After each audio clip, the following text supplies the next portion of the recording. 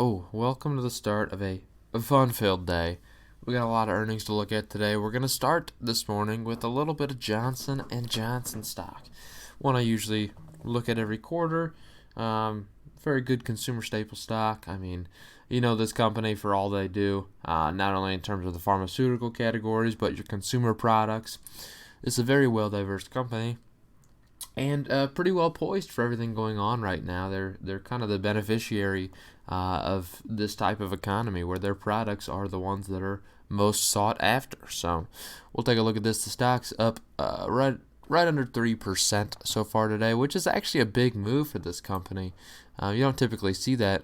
Over the last year, the stock's seen a 14% increase just because it's a very stagnant stock. You know, just through history, it's been very just consistent. It's a consistent mover, is I guess the fair way to put it. So you don't see much drastic change on this one. So we'll still look at this earnings and see what's going on to at least get people up 3% on it.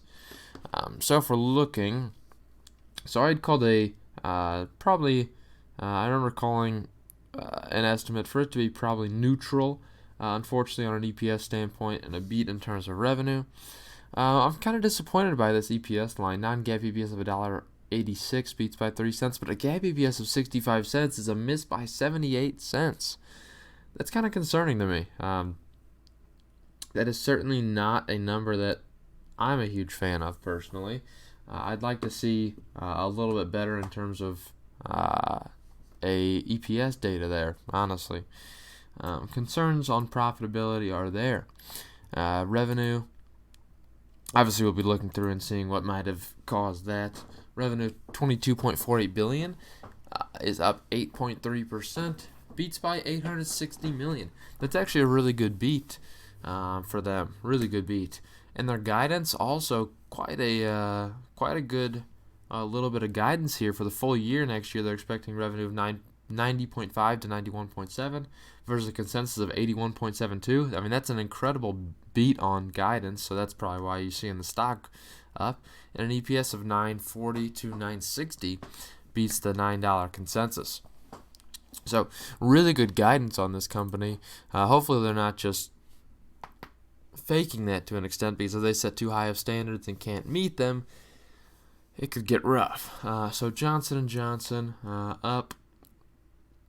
They saw pharmaceuticals find a 16.3% increase, pretty massive, $12.2 billion versus a consensus of 11.4. Medical devices shrank 0.7%, not a shocker, not necessarily the environment for this type of stuff there. Consumer health saw a 1.4% increase, which was 3.6 versus a consensus of 3.59. So a small beat of around $20 million, which again, $20 million is, I'd retire off of that, but in terms of this company, that's a small amount there. They give some key sales in terms of products from the pharmaceutical categories. Darzalex saw a 50% increase year over year. Imbruvica saw a 27.8% increase. Remicade down 12.9%. Simponi saw a 12.1%. Stelara saw a 31.9% increase. Tremfya was up 41.5%. Edurant saw an 11.4% increase. Prezista up 4.4%. Enviga up 10.8%. Zytiga down 8.3%. Xarelto up 3.1%. Summit up 38.6%. Uptravi up 44.9%. Invokana saw a 22.9% increase, and Erleada saw just a new release, obviously, $241 million on that one. So you see a lot of increases on there. So it's pretty impressive, obviously, of their two really flagship drugs, Darzalex and Imbruvica. It's good to see increases in that standpoint because you love to see it. You also saw Stelara, their largest drug, up 31.9%. It's pretty big stuff there. Net income saw a 56.7% decrease, So that's going to be a concern there, and I'd like to look at that and see what's going on there. Yeah. So let's look at these slides real quick and see what we have. I think we can zoom in just a wee bit. I don't know about you, but I think I'm going to zoom in a wee bit. So, obviously for the full year, you saw a worldwide increase of 0.6% in terms of sales year over year. EPS decreased 2.1% year over year. Not too bad for a pandemic year to see EPS decrease. I get it. Okay. 14.1 billion in consumer health sales. Increased 1.1, and this is all your consumer products from your lotions to your Tylenols, mouthwash, Band-Aids, all this stuff. This is a company that's got all of it. Pharmaceutical sales saw 8% growth there. 45.6 billion, the biggest part of their business, obviously. Medical devices, not a shocker, they saw a little bit of a decrease there as well. Not at all. I'm going to go here over to the categories. Sorry about your credo, man. Look at this. Look at this. Pictures of vaccinations. You see that? Execution, innovation, and they're all focused about the people. Okay, what's going to matter? 28 products with over $1 billion in annual sales in 2020. Which is pretty big. I mean, obviously, you see all these drugs over here to the left, as well as, honestly, some of their medical devices, too. But then the $2+ billion line as well. You see a couple of these medical devices. You see contact lenses. I mean, they got all this stuff here. And $2+ billion. Pretty nice. Powered by the people, you know they are. You just know it. As far as these sales are concerned, they give you a little number in terms of sales. You saw Europe saw the U.S. saw a 9.6% increase. Europe saw 13%.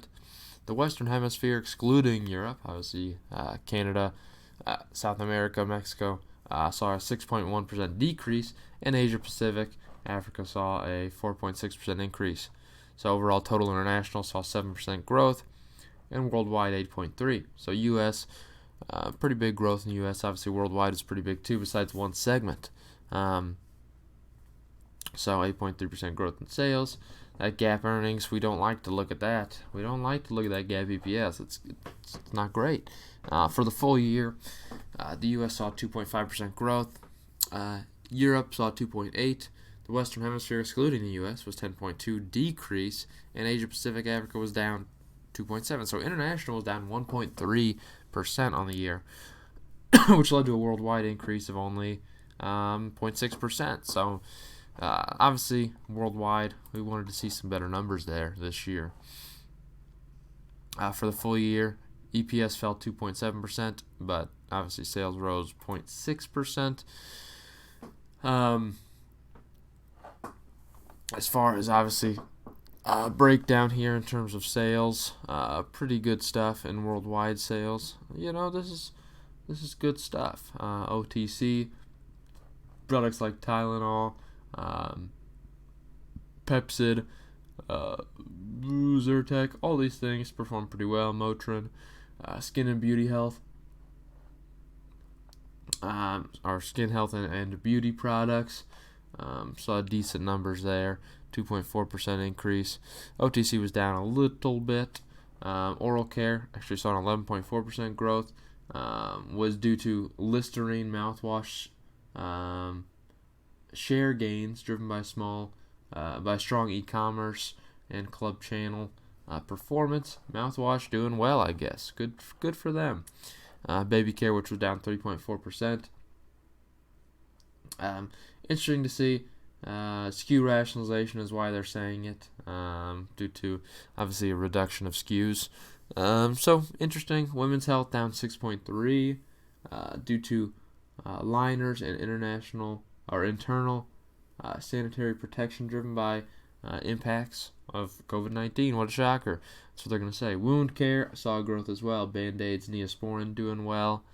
Interesting. Attributed to elevated COVID-19 demand. I don't know why you need more Band-Aids and Neosporin for that. I don't know.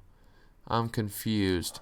From the pharmaceutical standpoint, you saw oncology saw a 26.4, CVM saw a 0.2% decrease, PH saw a 39% growth, which is obviously pulmonary hypertension, as you know.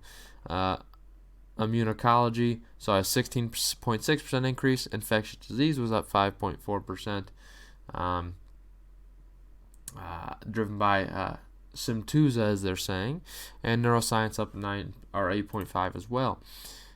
For medical devices, you did see one area that grew in interventional solutions, 15.3% growth. Vision down 5.7, surgery down 5.5%, I should say, and orthopedics down 3.7.